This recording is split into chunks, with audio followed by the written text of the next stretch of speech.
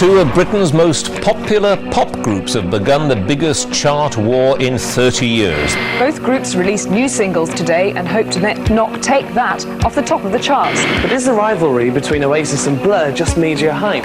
Two bands who are probably looking for a fight. Oasis probably more than Blur, because they were the one that moved the release date to compete with Blur.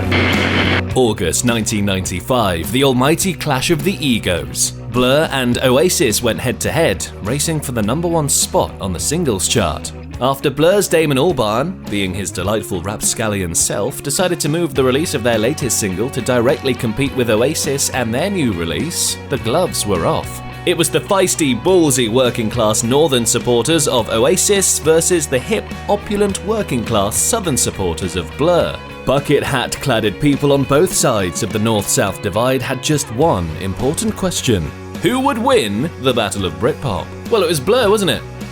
Thanks for watching, goodbye. Only joking. But while Blur won the Britpop battle, did they win the Britpop war? Because I'm not so sure. Hi, I'm Adam, welcome back to Music Mongoose. The singles in question were of course Blur's Country House and Oasis's Roll With It. Both incredible tunes, but two pretty different songs. Country House offered a more tongue-in-cheek, bouncy Britpop arrangement, whereas Roll With It was decidedly more rock and roll flavoured. It's a bit weird that they were pitted against each other in the first place, really. But that's the 90s for you! With 274,000 copies sold, Blur won the chart battle, with Oasis selling only 216,000. And it's safe to say that Alex James was very gracious in victory, and he didn't rub it in on national television in any way whatsoever. And while this media frenzy, coupled with the monumental egos of both bands clashing with each other, made this win seem like a big deal, it wasn't really, in the grand scheme of things. Nearly 30 years on from the Battle of Britpop, I think it's time to have a rethink as to who actually won. Let's not forget, both these tracks were singles from their respective upcoming albums. Oasis with What's the Story Morning Glory and Blur with The Great Escape. Now look at these two albums side by side. One of them is without a doubt more iconic than the other. Not only in terms of the artwork, but in the legacy of the tracks as well. Morning Glory had tunes like Don't Look Back in Anger, Champagne Supernova, She's Electric and Wonderwall, for God's sake. And while Blur's Great Escape certainly boasted a few good tunes, Charmless Man and The Universal being standouts to me, they don't hold a candle to the legacy of the tracks from Morning Glory. Morning Glory is now renowned as one of the best British albums of all time. And The Great Escape, while it's still a brilliant album mind you, sort of got a bit overshadowed, didn't it? Safe to say, Oasis outsold Blur on the album sales overall, shifting 340,000 copies in its first week before spending 10 weeks at the #1 spot.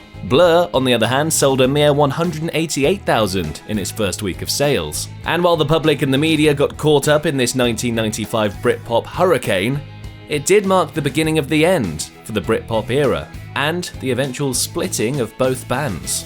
Blur called it quits, temporarily, in 2003 when Graham Coxon left the group. Damon went off to form the musical phenomenon that is Gorillaz, and Alex James went to make some cheese. Well done, Alex. In 2009, after the brotherly bickering just became a bit too much, Oasis hung up their guitars as well. Funnily enough though, this is the same year that Blur decided to reform and rejoin with Graham Coxon. They played some shows, they released some music. Life was good for Blur without the competition of Oasis constantly breathing down their neck.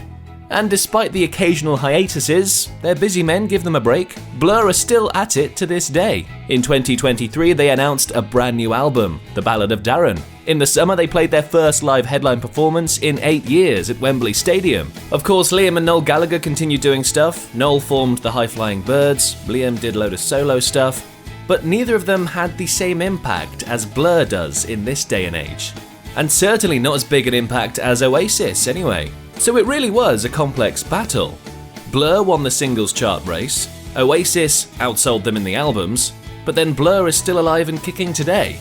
The real winner though, of course, is Alex James and his cheese.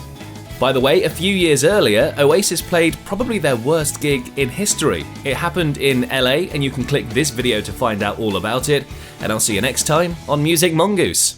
Bye!